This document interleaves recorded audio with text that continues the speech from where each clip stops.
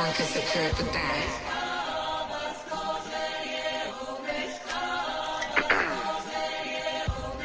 everyone, this is the Last Word with Naya podcast, and we are back for another great episode. This one's kind of different. You know, I've been switching things up a little bit. So you're going to be seeing new things from me, but one of the things I'm going to be doing is this hip-hop luau coming up on the 18th of April down at XBK, and we're going to have some really dope artists out here. So today I'm going to introduce you to a couple of them and let you into how they're moving, where you can find them in the city, and what you can expect to come up with them. So first up, we got Entre, Luche. What's up? What's up? How you doing? I'm good. How are you? Oh, man, I'm blessed. Yes, Excited. Blessed and highly favored. Indeed. So I've had you introduce yourself to people before. Yes. Let the people know who you are. What's up, everybody? It's your boy Entre, no appetizer, baby. I'm the main Entre, you dig? And I'm going to be at XBK Live April 18th at 7 p.m. performing at the Hip Hop Luau with Cool Saint and a lot of my friends. So make sure you guys pop out, show up, show love. It's going to be amazing. It's for the culture. That's what's up. So you're going to be there performing. I know you and Cool Saint have performed a lot together. Mm-hmm. But doing this, you've been doing a lot in the city. So give just a little bit of your resume with the Iowa Music Awards and a little bit about what you do and why we're throwing this luau. Yeah, so I'm a 4-time Iowa Music Award winner, 3-time R&B Artist of the Year, and I also had Single of the Year as well. Me and Cole Saint have been working together for the past 7 years, and this is the third luau that has happened. This is the second one that I've done with Cole Saint. And I kind of came up with the concept just because, you know, luau is a celebration that has food and music and vibes. And the hip-hop luau is really about celebrating the culture of hip-hop and all of its different forms and the different styles of music that you're going to hear at the luau and the dancers that are going to be there. It's going to be such an amazing event. And like I said, Des Moines needs that hub, that space for culture to be represented. And that's what I wanted to create. And so, hence, here's the Hip Hop Luau. Yeah, I think when most people think of luau, they definitely don't think Iowa, Yes. you know? So that's always a fun thing to try and make into your own creation. And you know, there is a lot of culture in Iowa. I know a lot of people be like, oh my gosh, there's black people in Iowa? What? Like, there's hip-hop? And there is. Yes. And it just needs more attention. Yeah. And just intentionality, I think that I literally just saw on Facebook people arguing about who was the best rapper right, in Iowa. I saw that. I did see and that. I feel like we see that like a few times every year. And part of this, it's not even just about the artist. It's about everyone associated with the Hip Hop Luau that's going to make it such an amazing night. It's about really teaming together and really building the culture of music and hip hop and what it should look like, but also what our community should look like when it comes to entertainment as a whole. And so I think that's going to be the biggest takeaway that people will get from it. It's just the energy. It's going to be completely different than anything that they may have experienced in Iowa or rarely experienced in Iowa. I think that's really cool. You know, I know there was, we do the Cornbread Festival, you know, in August and late summer. And I just think of like the Iowa luau as like, you've got a palm tree with like corn stalks around it, you know? Yes. Just like there's a palm tree in the middle of a cornfield. Yes. Yeah.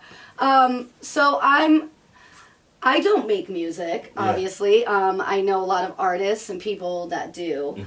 What do you feel like is your driving force with making music and wanting to do this Grammy path and win these awards? Yes, so I got a couple of different motivations. One, just being a father young, in my like second year of college is when I had my first kid, and really wanting to pursue music but not really knowing how.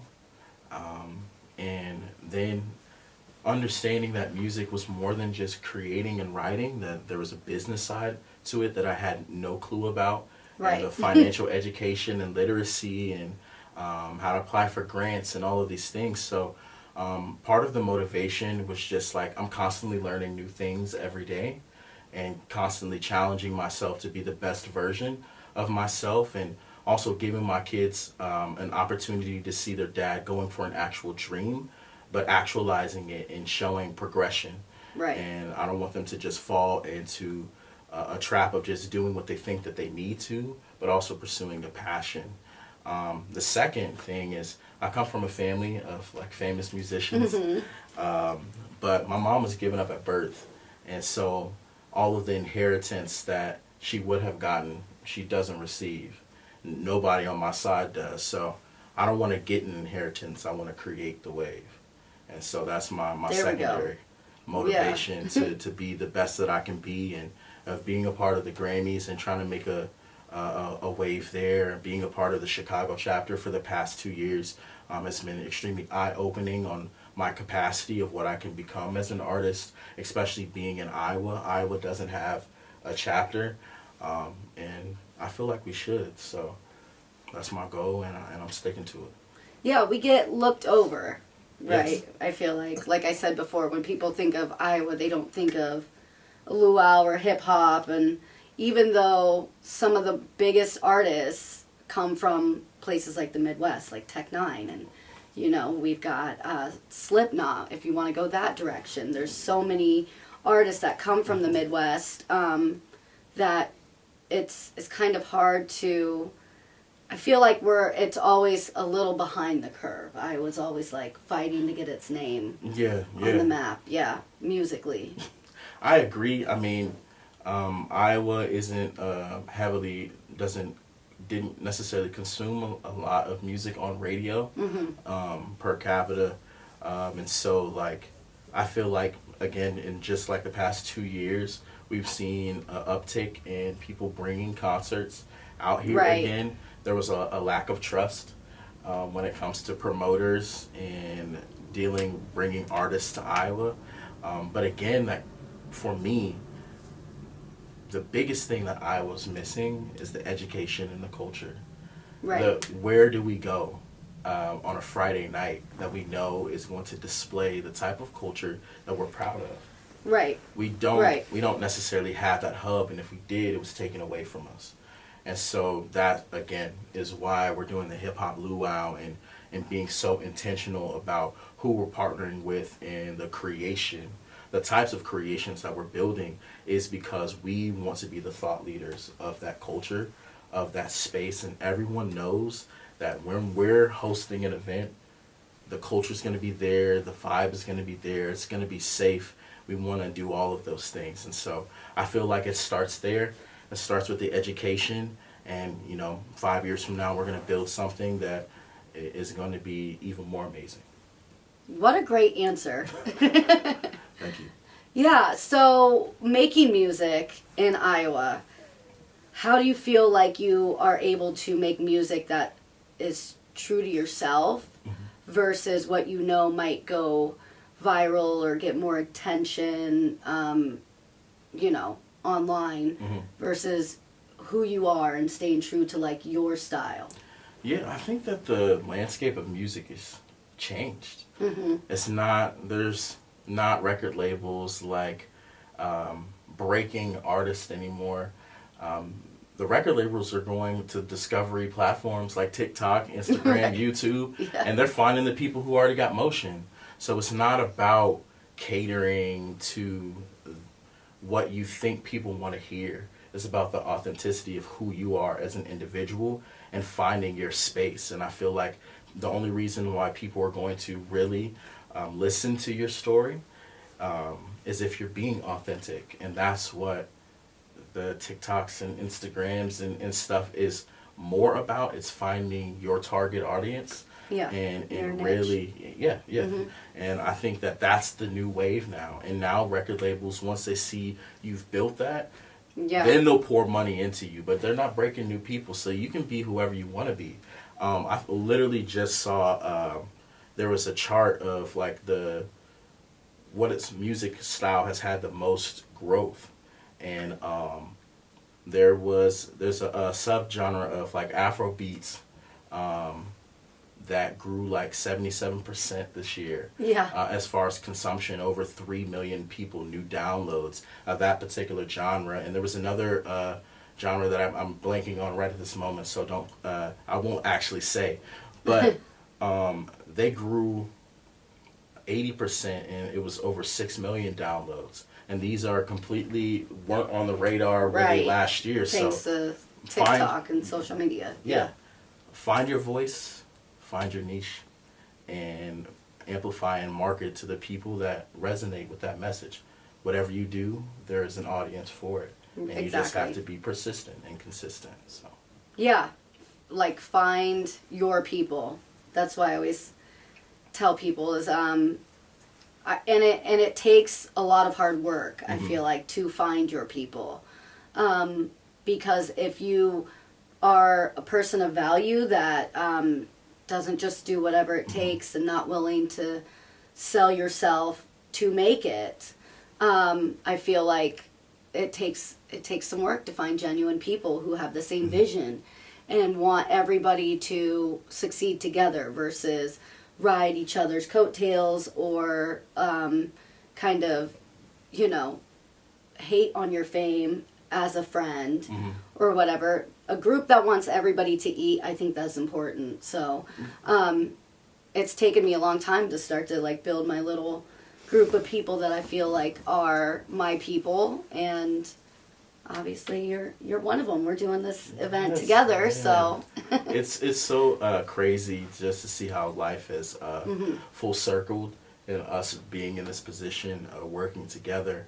And I was gonna say, to respond to what it is that you said about finding your team, you have to really understand that that's going to change year to year, month to month. You have to not be afraid of also firing people from your team. Correct. Until you find the right atmosphere and right culture for who you are. And, your identity is going to constantly grow and change.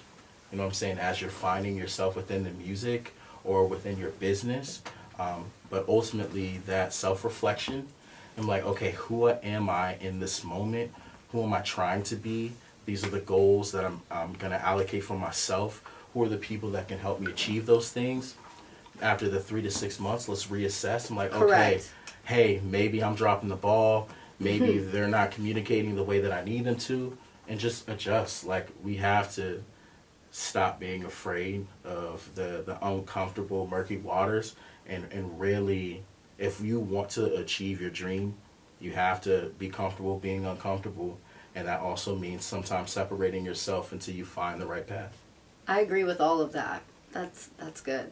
That's a good segue into finding out when you make this music, like if the people watching, if they go and listen to your music, what do you want them to take away from it? How do you want them to like perceive you, feel about this music? What is the Entre Luche experience? I guess.